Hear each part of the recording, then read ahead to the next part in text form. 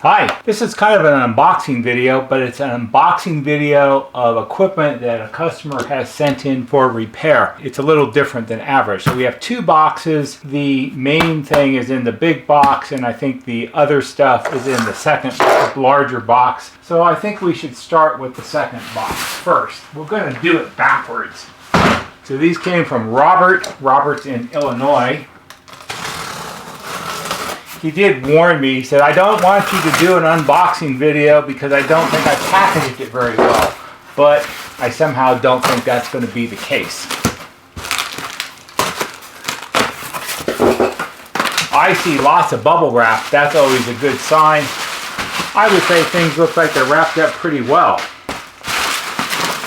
Let's see what we got. Yeah, something in there. See, a box in a box. Always a good way to do it. More bubble wrap. And another box inside a box. This is referred to as double boxing. Double boxing is always a good thing because it protects everything really well,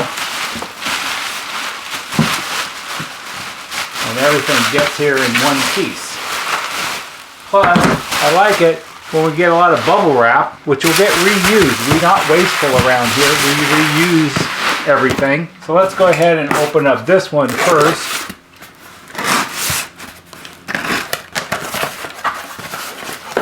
See, he did an excellent job. We got some styrofoam board. We got lots more bubble wrap.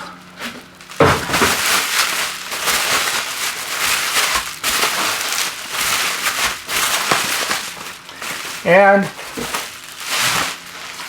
got a Rittenhouse inside remote station. This is a small station. This is an IR5 remote station. See, it still has a sticker on it. It says IR5. What's really weird for me is, in the world of NuTone, an IR5 is an Intercom rough-in 5-inch. That's the rough-in frame for an inside station from systems that they made from 1973 until either 83 or 85, depending on the model. It's one of those mind things. It's hard to wrap your mind around the fact that we have the same model number for two different kinds of products. Makes my life more confusing. And this should be super cool, I have a feeling. Looks like it's been opened here on the bottom before. He told me he had this, and he said it was new in the box, and apparently it actually is. So what we have is, oh wait, there's a sticker on the end of the box. I missed that. We have a Rittenhouse, an IR7X sub master station. And an IR7, there is no IR7, not 5, 8, there is no IR7 in the world of NuTone, so that makes it a little easier. So it's an IR7X Submaster. We're not going to throw that box because I think he'll want it back in one piece. And here we have, in its glory, take out the paperwork that goes with it. He sent this to me because he watched some of the repair videos on the other Rittenhouse that I've been working on, and he's got the same model. Oh no, I just gave away what's in the other box. Keep that. And here we have an IR7X sub master station. So it has an 8-inch speaker cone, and it's a big old clunking speaker too. It's got, not only is it 8 inches, but it's got a really heavy magnet on it. And the magnet actually, it's got a washer stuck to it. The magnet actually has these, like, the magnet's the part in the middle, and then it's got these like rings and screws, and it's like clamped together. I don't think I've ever seen that in an intercom station before. It's very heavy. It's got to weigh 3-4 pounds. It's a lot for an intercom station, and we'll be going over this in greater detail in another video. This is just an unboxing video, but we have a connector here that connects it to, well, I'll tell you what, we could look at the instructions really quick and see what it says. So we have identification markers for IR7 and IR7X submasters. So they give you a card that you can cut out and put in the little name panels next to the switch. I have seen these in houses before, and I have taken these out of houses before, but I have never actually used one of these before. So this will be interesting and educational. To change intercom stations, marker card, oh, this is how you put the marker cards in. This is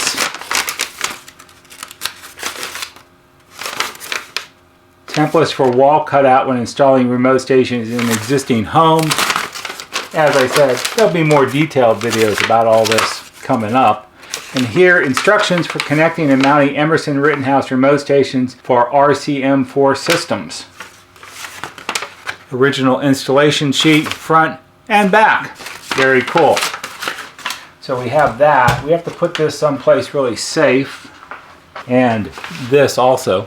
And remove all the bubble wrap. And now, time for box number 2.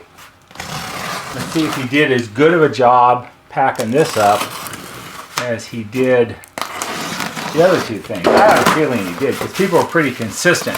Either they do it consistently well, or they do it consistently terrible. More bubble wrap. Oh yeah, he did a horrible job. Look at it, double boxed again with all kinds of bubble wrap. I'm not sure what he was worried about, because this is by far one of the best packaging jobs I've seen on an intercom in a while.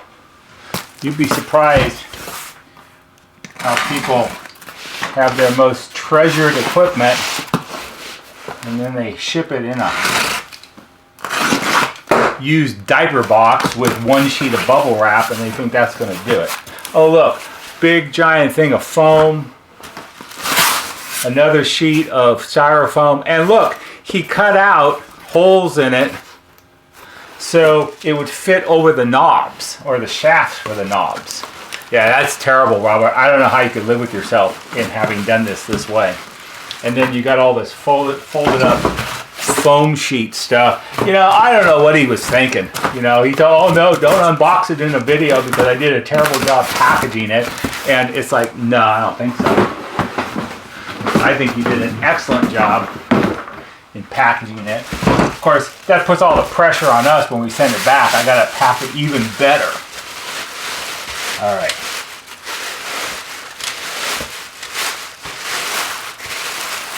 And here we have his felt thingies in here. I don't know if those go with it or not. 2 plastic bags. There's no knobs. What's up with the knobs? Let's see if they're in here separate. Oh, they are. See? Took the knobs off, put them in their own little package there inside the box so they wouldn't get damaged. Look. You know, I think Robert's going to get the award for the very best packaging of an intercom so far in 2024. So, it's an RCM4, just like the other RCM4 that I worked on in the other videos recently. However, it is somewhat different. Oh no, I understand now. It seems somewhat different because, and I forgot until just now, that he had told me, tell you what we're going to do. I'm going to put this down on here like this. That, let's see if we can do this here. It's a little tricky. Don't want to slice the fingers open on a Wednesday morning. That would be bad. He sent along with it, so the story behind this is, if I recall correctly, he bought a house, has an RCM4, doesn't work, or doesn't work very well. I think it works to some degree. And some point he acquired a second one, and when he acquired the second one, it came with the all-important wall housing. Okay, do you know how rare it is to get a wall housing from a system that was either never installed or was removed for a system that was made in like the early mid 1960s? This is like unheard of. So when he contacted me about sending his master station for repair or servicing, he offered to send the submaster, the inside station, and I told him, well, you know, if you're going to send all of it, you could send the your spare wall housing to go with it, because then we've got an example of, it's a little hard to see, this terminal strip right here with the socket where the power and other cable, which is right here on the back, plugs into. Because while I have some pictures of this that someone sent me a long time ago, I've never actually seen one of these like for a video, and now we can make more videos because we have a wall housing. And that's very good. And also I can make a diagram of make sure that how these get wired up into the socket and put that, because that way people know, and all those sort of things. What he described, we'll put this over here, what he described on this master station was that we're going to give it its all due respect here by putting the knobs back on, because, you know, this one's broken. This one, I have a feeling, based on what I've talked to some people and what I see, have a tendency to break because it's a spring-loaded switch and it puts a lot of internal stress on the knob. And I don't know if you can see this very well or not, but here in the center, the hub that fits over the shaft is cracked. And it looks like somebody's tried to glue it before. We have some ways maybe to fix that. We'll have to try and see what we can do. It's hard because spring-loaded switch, every time you push down on it, puts a lot of stress on the plastic, and the plastic is old and all those sort of things. What he explained is wrong with this is that the tuning, so when you turn the knob, it turns the dial, but it also inside turns the variable condenser. Oops, our knob fell off because it's broken. And he says that you can't turn it all the way because he thought it was bent. But it doesn't look bent to me, and it does seem to travel its full range. So I'm not sure what's up with that. It may not be that exactly. It may just be that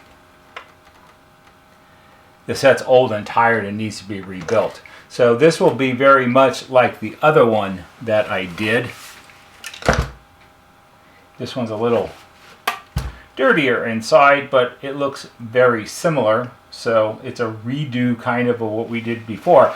I don't know that there'll necessarily be like a multi-part series of repairing this one because we kind of already did that. But if there's any new highlights, including like fixing the knob, that's something we can do. It looks like we have ECG output transistors. Now ECG, which is a division of Sylvania, I think, or it used to be, I don't know. ECG parts are usually replacement parts. They're not original parts, like a service guy in the TV and radio business would order ECG parts to fix things. So those may have been replaced at some point, but the rest of it looks pretty original inside, just like the other one I worked on. So that's an unboxing video of a repair. Oh, the other thing that's different, and I don't know if this is original or not, this has cloth here covering the speaker grill. The other one's not like that, so I don't know if this is something someone's added or whether there was an option, maybe they came different ways, or maybe the other one, the cloth got taken off. I don't really know. Anyway, it'll be interesting. So this will be a repair. I'll start on this pretty soon and see what we can do to get Robert's RCM4 back. And then there will be videos about the Submaster. Once I get this fixed and it works really well, then we'll deal with the Submaster and figure out how that all goes together and those sort of things. It'll be interesting and fun. I hope you found this interesting, and maybe for someone it will be helpful. If it is, give it a thumbs up on YouTube because that helps us just a little bit. There'll be a banner right here that shows you how to subscribe. Go to our YouTube homepage, click on the bell, and when you click on the bell, click on it to receive all notifications, and every time we post a new video, you'll get a notification and you can watch it. That's all for today. See you on the next video.